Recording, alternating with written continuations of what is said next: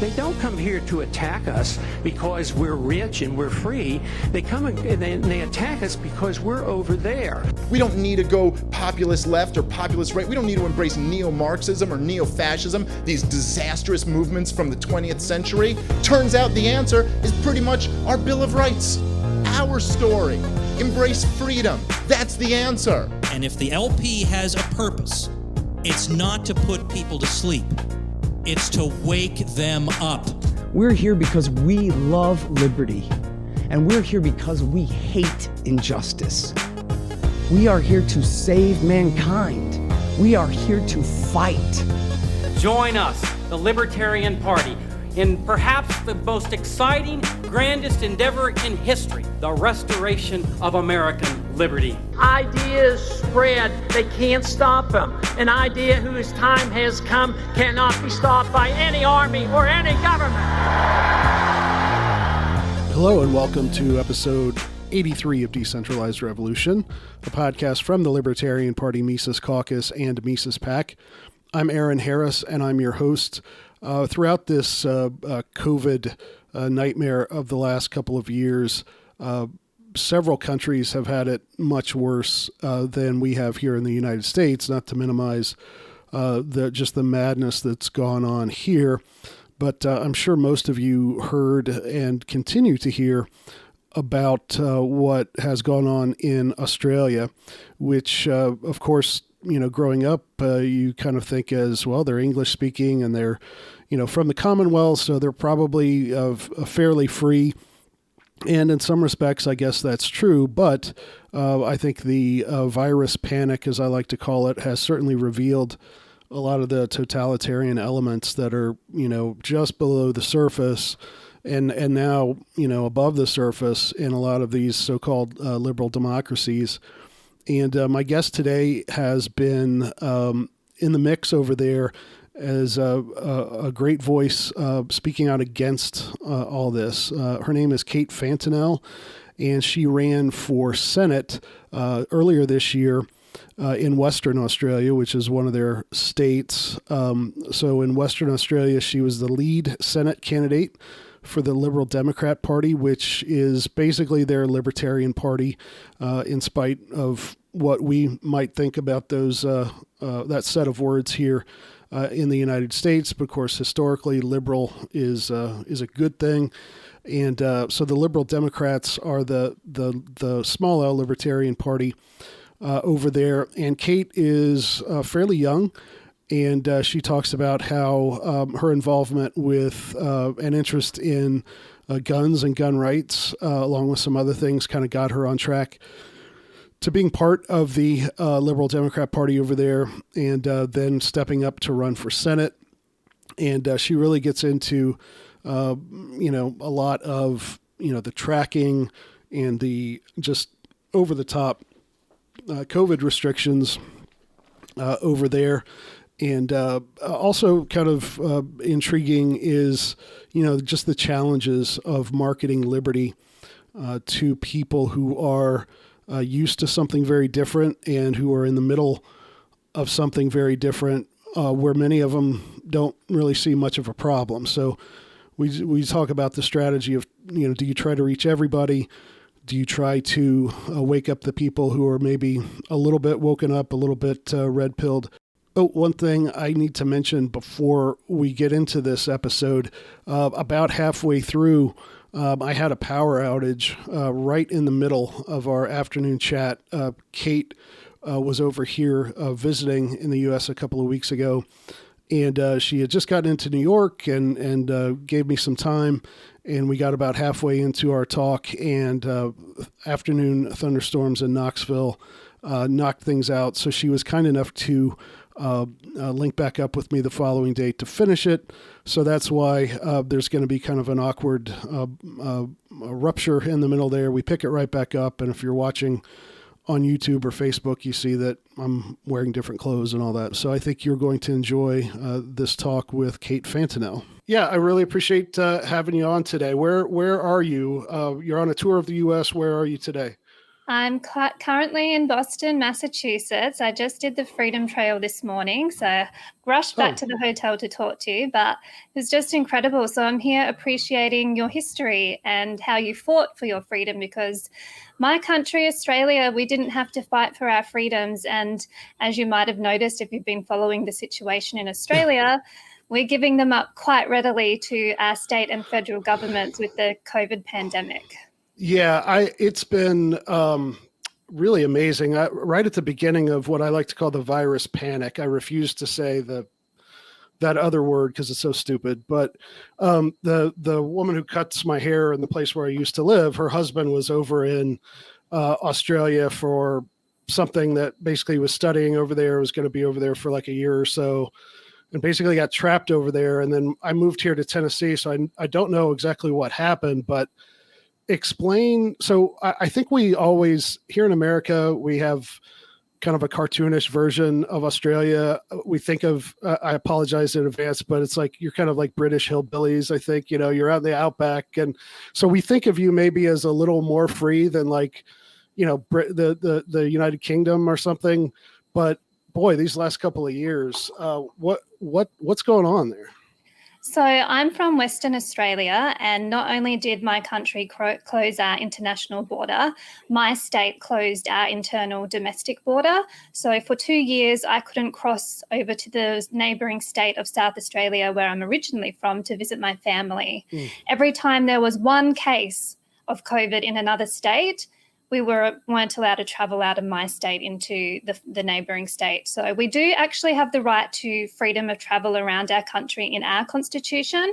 So it was challenged in the High Court, but the High Court ruled that when there is a state of emergency, those rights don't apply. So we actually don't have the right to travel if the government declares a state of emergency. Now, my state of Western Australia is still in a state of emergency now.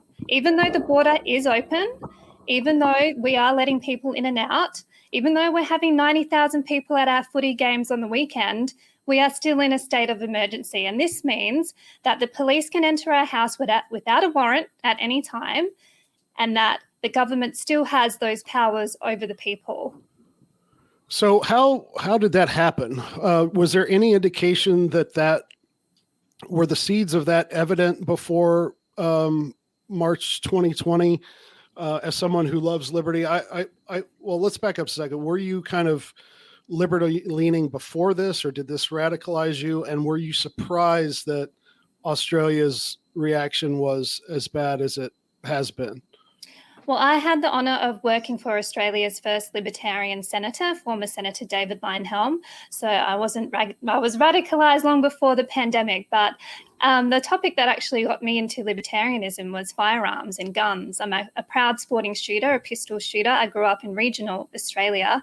So for me, if you know much about Australia's firearm laws, we don't have any rights to bear arms at all, and we have very heavy restrictions on guns. So I was already awake prior to the pandemic, but I wasn't aware just how much power the state and federal governments had over the people. And I wake up in despair for my country every day, because we are sleepwalking into tyranny. We just had a federal election. I ran as the lead Senate candidate for Western Australia for the Libertarian Party, and there was an increase in vote to the far left.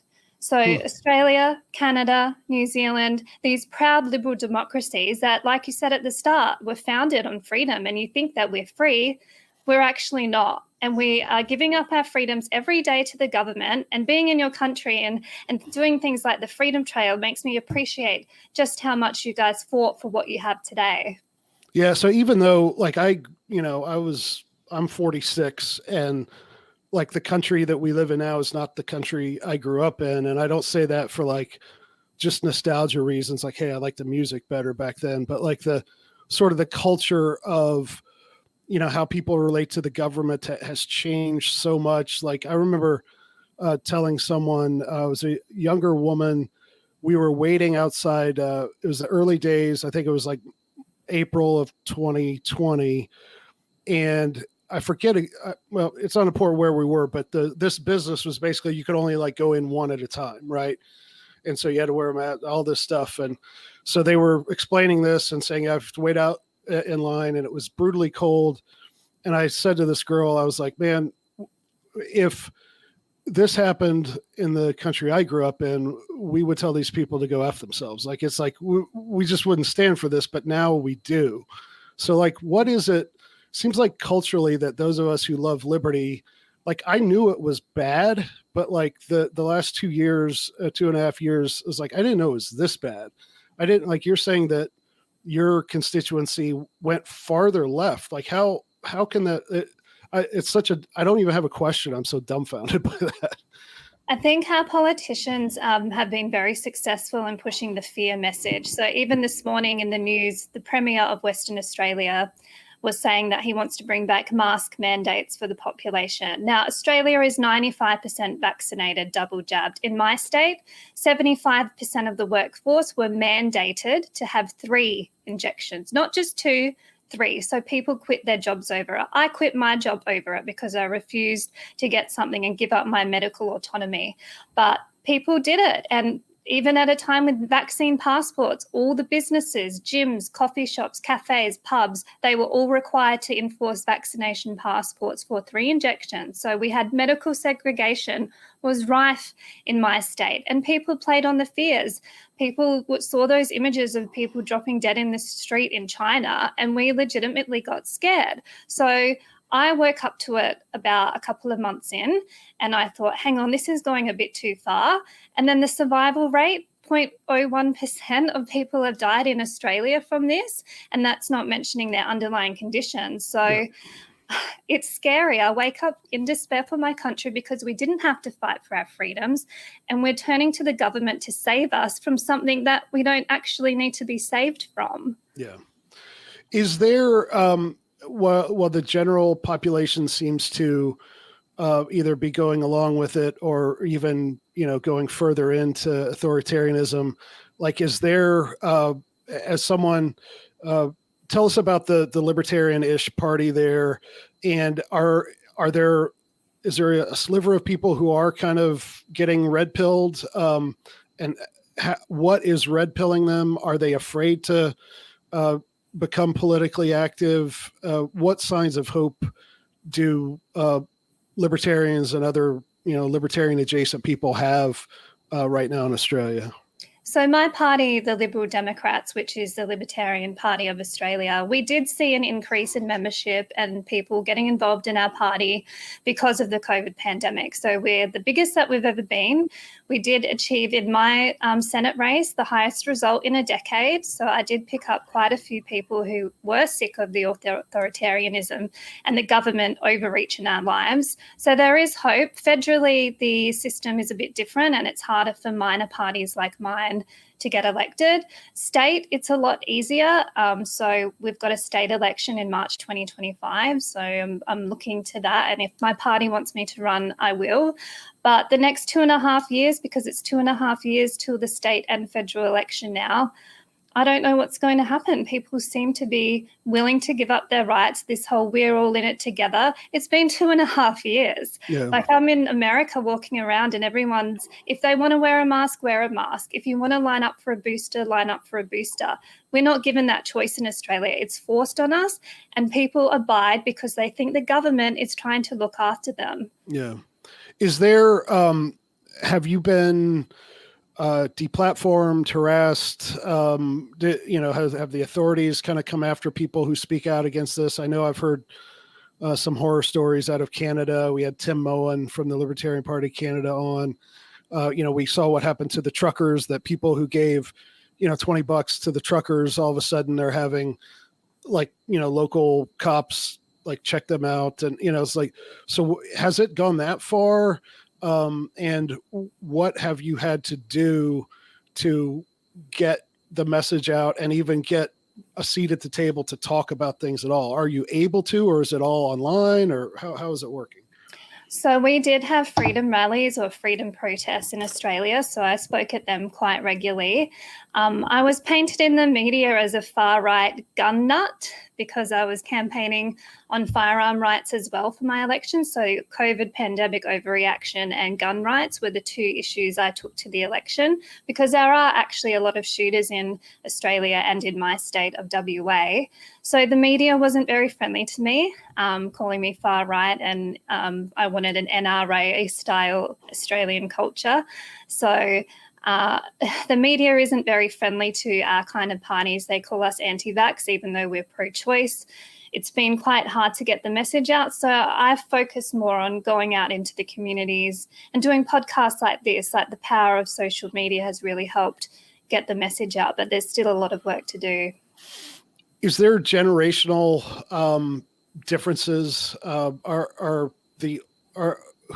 Someone who loves liberty in Australia, are they more likely to be old or young, or is it just kind of random? Like, I get the impression that sometimes there's, there's like older people, and where I'm from in Tennessee tend to be more libertarian-ish on a lot of things, and seems like the younger you get, the worse it gets. Like, I guess I'm just trying to get a handle on kind of the culture of liberty, and is there maybe a good way to talk about this would be through the gun thing. You said you do like target shooting and stuff like that. Is that still allowed? Like, tell us a little bit of, maybe that's a good way to get into people's attitudes about things. Like, are you still able to do that? Are they kind of trying to take that, even to try to take that away, or?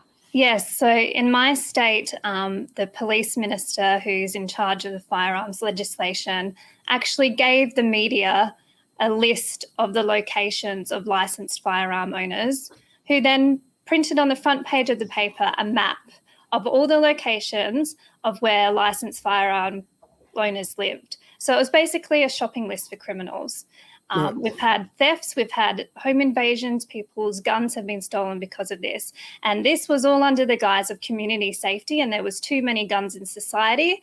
And so he's created this situation now where I do fear that the little rights that we have for our firearms, which is to prove that you are a fit and proper person, you have to allow the police into your home at any time to check that your firearms are stored separately from your ammunition.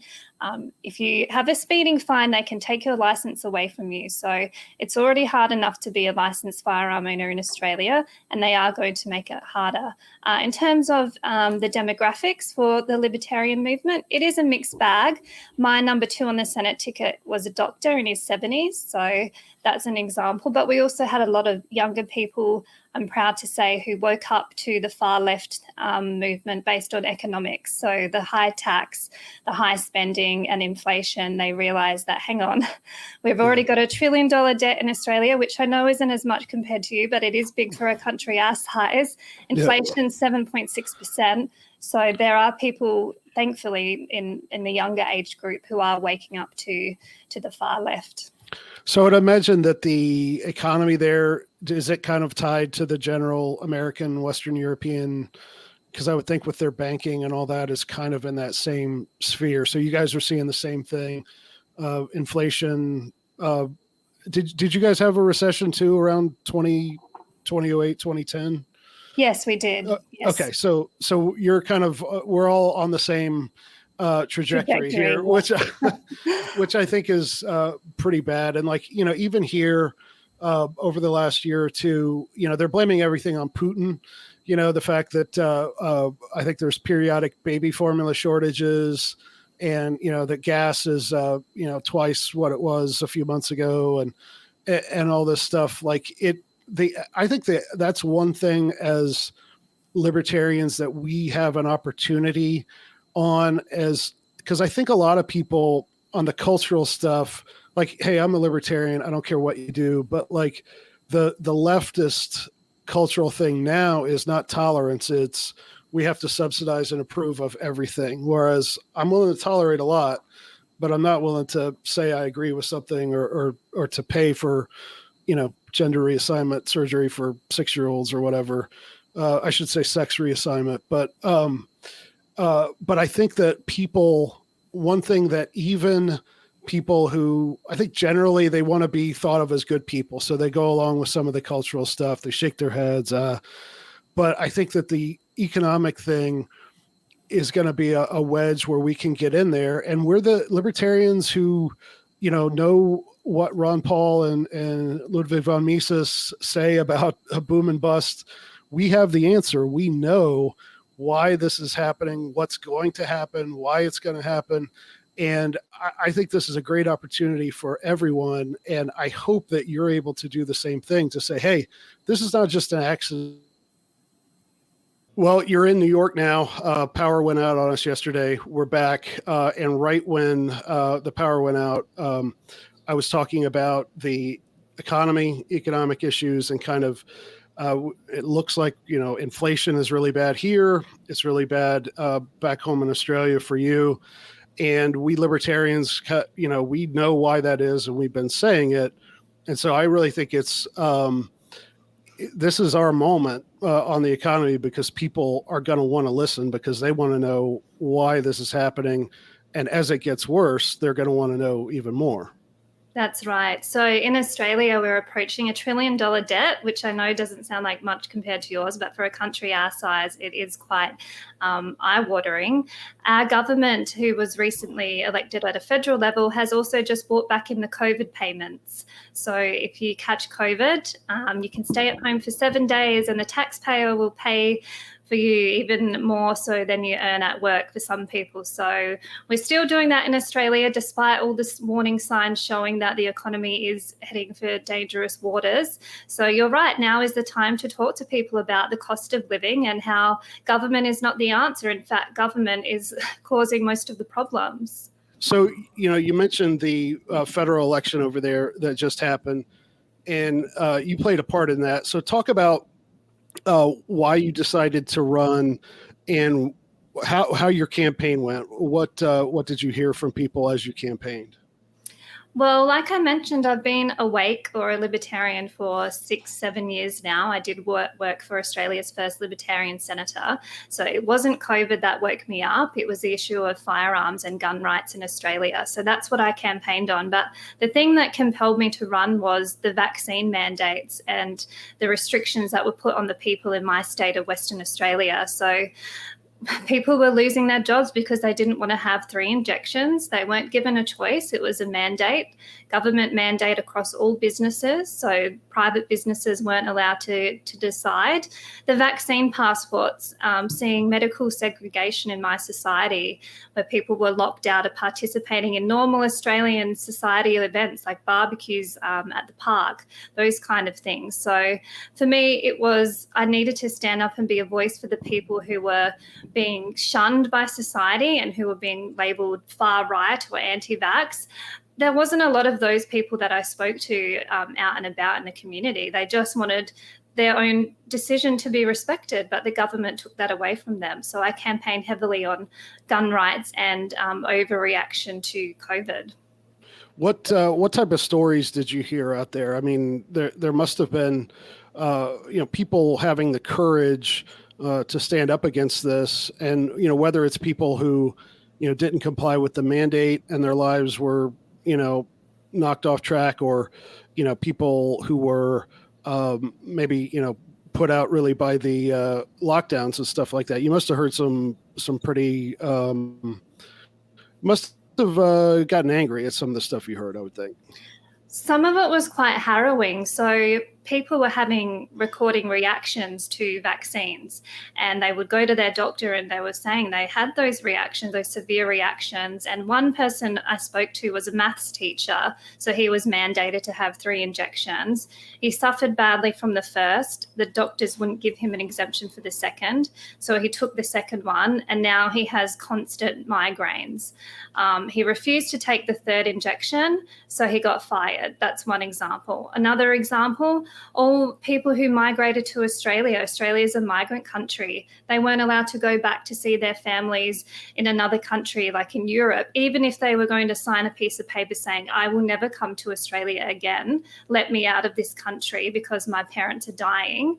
Our government would not give exemptions for us to travel overseas. And even interstate. Western Australia closed its internal state border. So me personally, I couldn't go across and see my family in South Australia. So it's the mental health things, it's the physical health things that I heard during my campaigning. And it's just sad what's happened in Australia. And I'm telling these stories in America and people can't believe it because our liberties have been stripped from us and we're sleepwalking into tyranny. There's not enough of us out there speaking about it.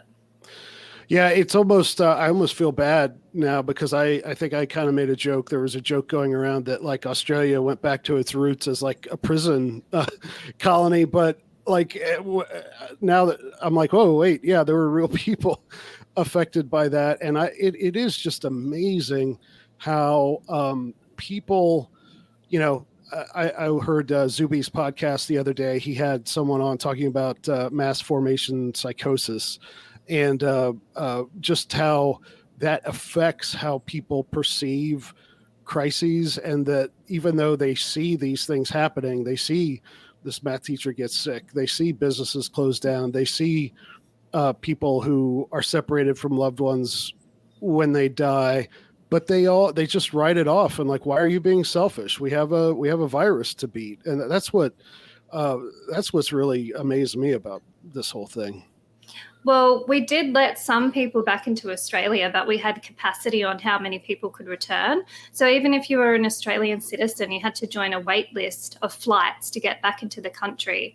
And my brother-in-law, his family were in Serbia. It took them 18 months from March 2020, 18 months to get a flight back to Australia because our government literally locked them out as well. And then they had to do 2 weeks in one of these internment facilities that you might have seen because they were treated like a biological hazard. So not only were they restricted from coming home, when they did come home, they were locked up from society and said, well, you were selfish for being overseas during a pandemic. And the culture of Australia has changed. It's not you shall be right, mate, or helping out your neighbour. It's turned into the nanny state and dobbing on your neighbour and calling other people names when instead we should be respecting each other. That's gone out the window because of this.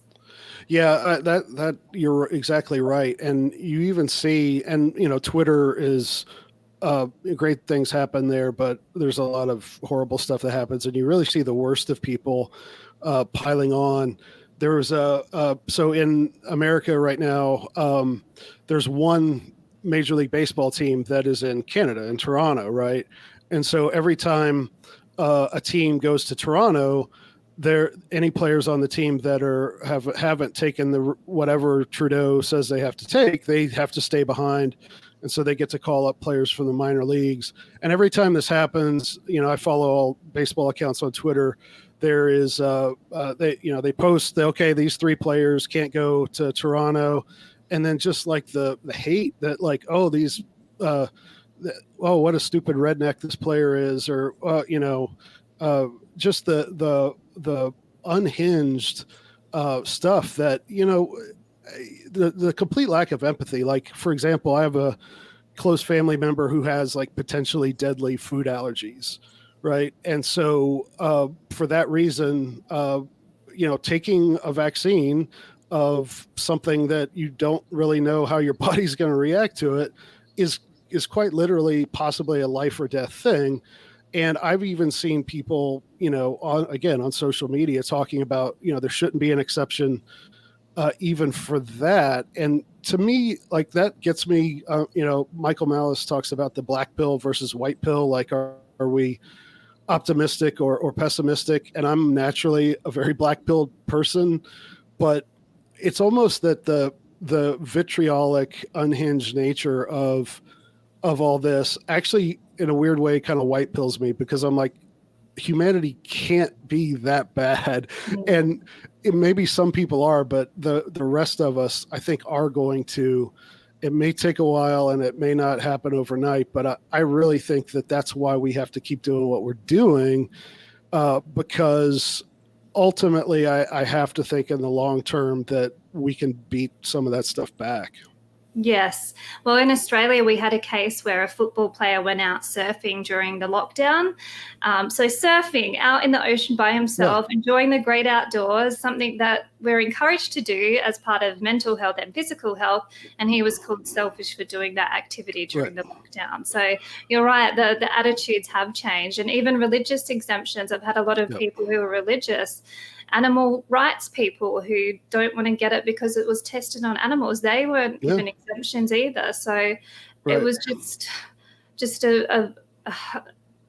it was horrible what they did to us in Australia, and it's still going now. So you still need vaccination for traveling around Australia, and they're talking about bringing back mask mandates, even though they never worked. And the fact that that's had on children is just something that I'm concerned about as well.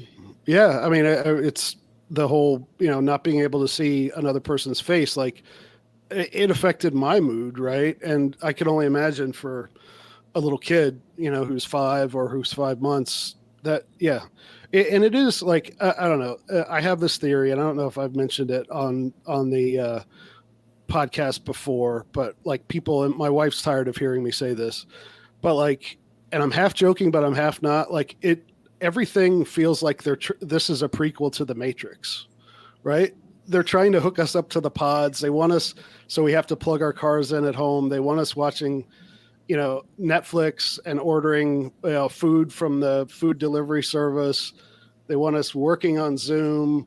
They want us doing church on Zoom. They don't, am I crazy, or is like, and even all the Great Reset stuff just really, it creeps me out. And I think that, I think we really got to keep hitting this message, because I think that the whole, and tell me if I'm crazy, but I think the Matrix thing with the AI, like that's actually not, there's a non-zero chance of that happening, right? Well, Australia has just introduced a digital identity framework. So the surveillance state is coming. We're heading towards a social credit system in Australia, definitely. So they've already said they've got these cameras out in public places. At the freedom protests where I was speaking, they were taking photos of us and putting us on a database of the dissenters. So anyone who speaks out in Australia is already on some kind of list. So I definitely think we are going to see more government control, and I can't even imagine how bad it's going to get. So I'm grateful for this opportunity to tell our great brothers in America about this, and anything you can do to help spread this word that the path Australia, Canada, New Zealand, these great liberal democracies are going down is scary, and it will have repercussions for freedom and freedom lovers around the world. Yeah. And also just beyond freedom, not like everybody I know who's a libertarian is a libertarian, not because like they want to just keep all their stuff and not help people. It's libertarians are really the most altruistic people I know. The characterization of us being selfish, like we put, most of us put in a lot of work to this. Very few of us get paid anything. Some of us get, our expenses back, and, but we put all this time into trying to wake people up. And again, it goes back to the Matrix, like the people that we meet in real life, they're programmed a different way, and we want to liberate them, but they are programmed to hate us, and not to hate us personally, but hate the idea of freedom. And that, to me, like that makes me proud of people like you and other libertarians who are doing this, because like it would be easier to just punch out and for me to watch my baseball games and play my guitar and just, run the clock out. But there's something that about us that we won't let that happen. Right. I mean, so yeah, thanks for doing what you're doing. I wanted to get into, and I'm sure this is kind of the most basic question, but there might be something there. And especially on one thing, if it doesn't come up initially, I'm going to ask about. But just is this your first time in America? And like, what is your general impression of what it feels like to be here versus Australia? How's it different? How's it better? How's it worse? This is my 4th visit to your beautiful country because I love it so much. But this time it felt different because it's been 2.5 years since I was able to leave my own country. So it was a bit surreal getting on the plane, coming over here. A fun story, on my flight back to Australia, I have to wear a mask for the 14 hours. But as soon as I got on the plane in Australia to fly here, because it was American airspace, I didn't have to wear a mask. So it feels very liberating coming here. And as we spoke about the other day, I've been to Boston and Philadelphia looking at your freedom history, because it's something that Australians, we've never had to fight for. We were given it on a plate from the British. We just asked, can we please be our own nation? Yes, we didn't have to fight for it. We fought in wars, but that was alongside Britain. It wasn't for our own freedom. So we take it for granted there. And it's just so refreshing to be around people where freedom and liberty is an intrinsic part of your culture, because we don't have that here. We've turned to the government to save us because we've never had a government oppress us. So we don't know. We're going to learn the hard way. Yeah. So one of the biggest differences as a gun enthusiast, like what's the difference here? Have you got to do shooting over here? And I'm not a gun guy, like a big time one, but like I know gun people are really into it, and it must be like night and day, even though some place like where you're at now, New York City is probably one of the worst jurisdictions here. There's a lot of freedom. So that must be very appealing to you. Yes. So Australia gave up our guns in 1996, and I spoke at a freedom rally during the pandemic, and I said, that's when it started. That's when the government started eroding our rights. They made us defenseless. We don't have a right for self-defense in our state, in our own homes. We don't even have the right to pepper spray or mace. So we were a defenseless nation. And you can still get guns in Australia. I'm a pistol shooter, but there's a big process. You're constantly under the watch of the police. As I said, if you get a speeding fine, they can take your guns away because that's deemed not a fit and proper person.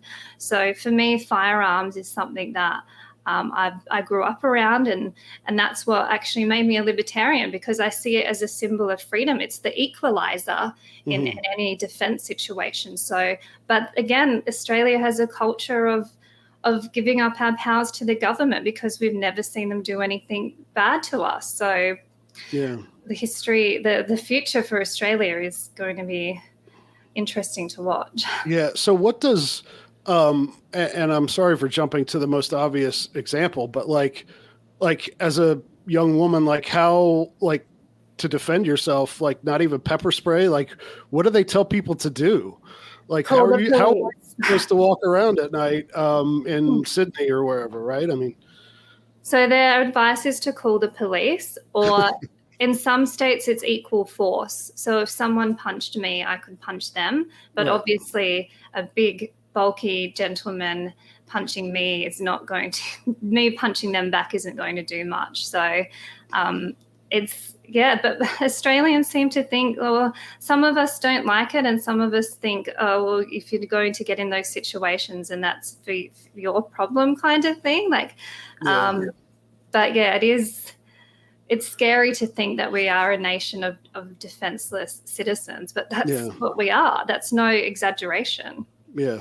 And I think it's also kind of interesting that growing up, I remember, the Soviet Union still, and kind of, reading about that, and, reading 1984, that, totalitarianism is portrayed and has been expressed sometimes as, pretty obviously that, and ugly, and, jackbooted thugs and stuff like that. Like it's there, but like the what's happening now, I would bet in Australia, most of the Western countries, and the Anglosphere, as they call it, like it's kind of this nice, it's like ladies who went to grad school who are like leading all this, and so it doesn't have an obviously brutal face to it, right?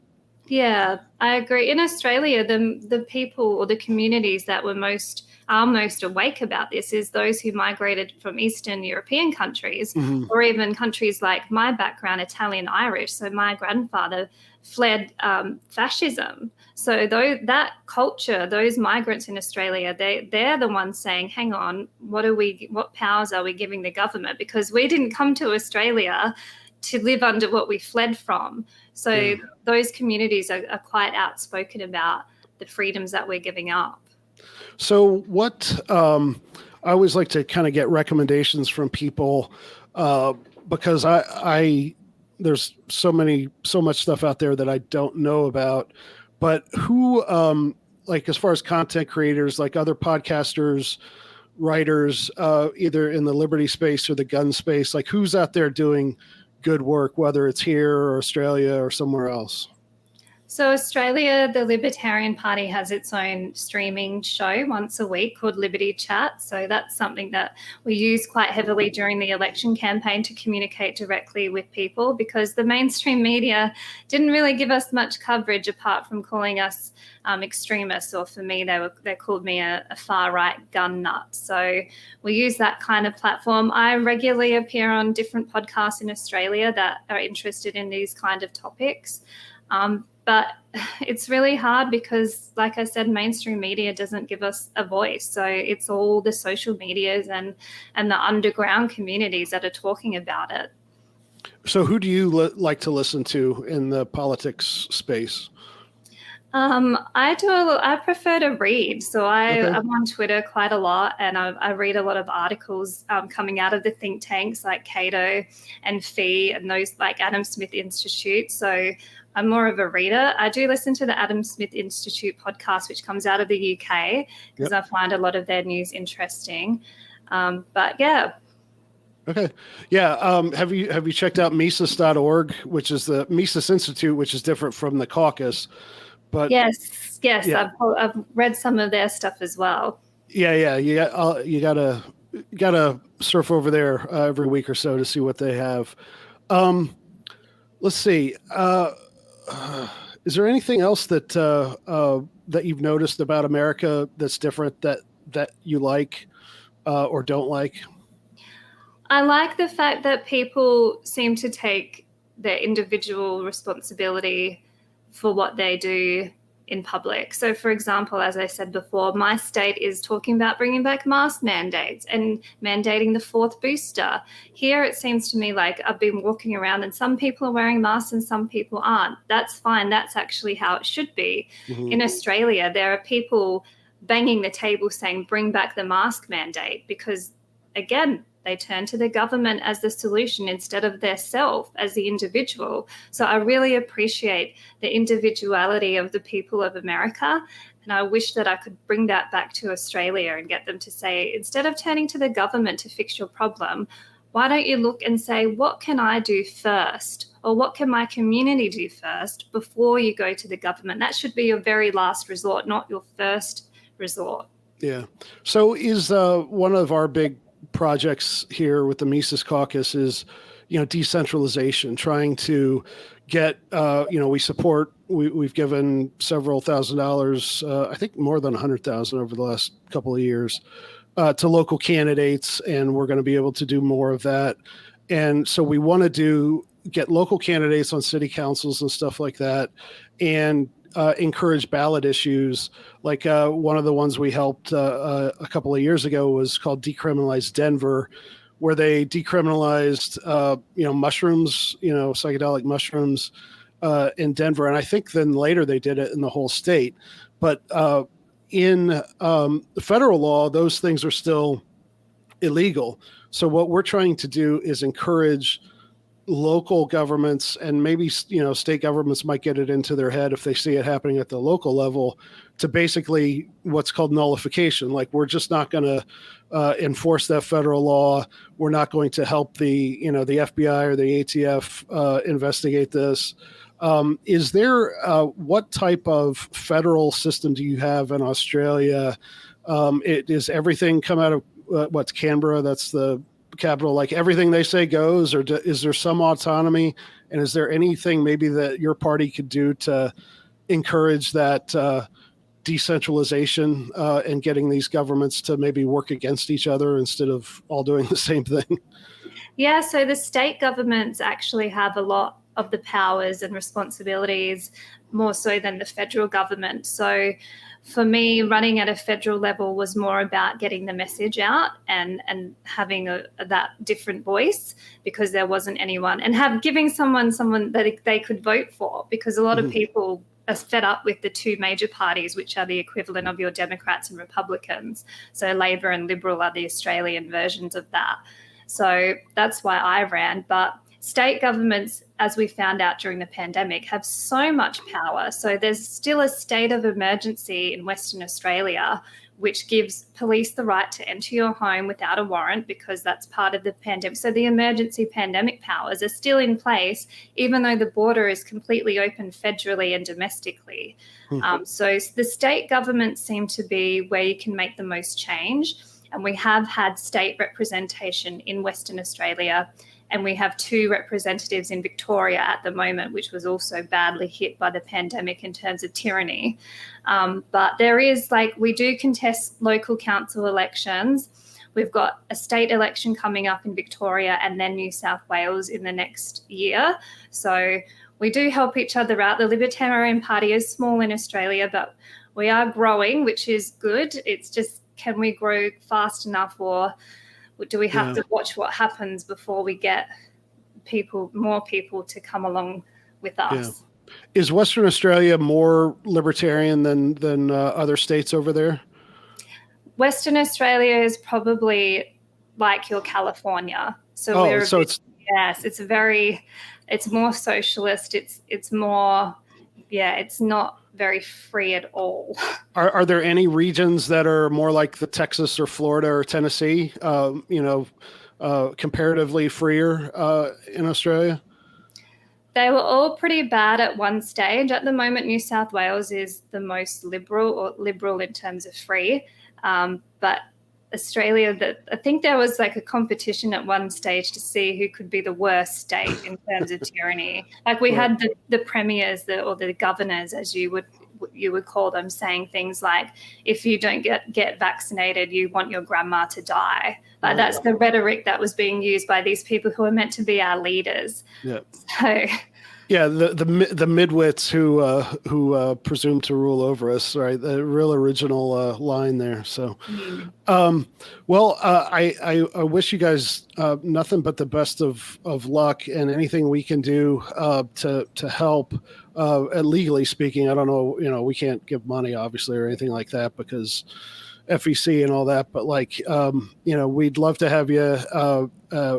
At a future event next time you come over here. We'll be having more events then, so let's keep those lines open, and anytime you need advice or if there's something happening over there that you want people to know about, we'll have you back on. And I hope you enjoy the rest of your stay here in the States.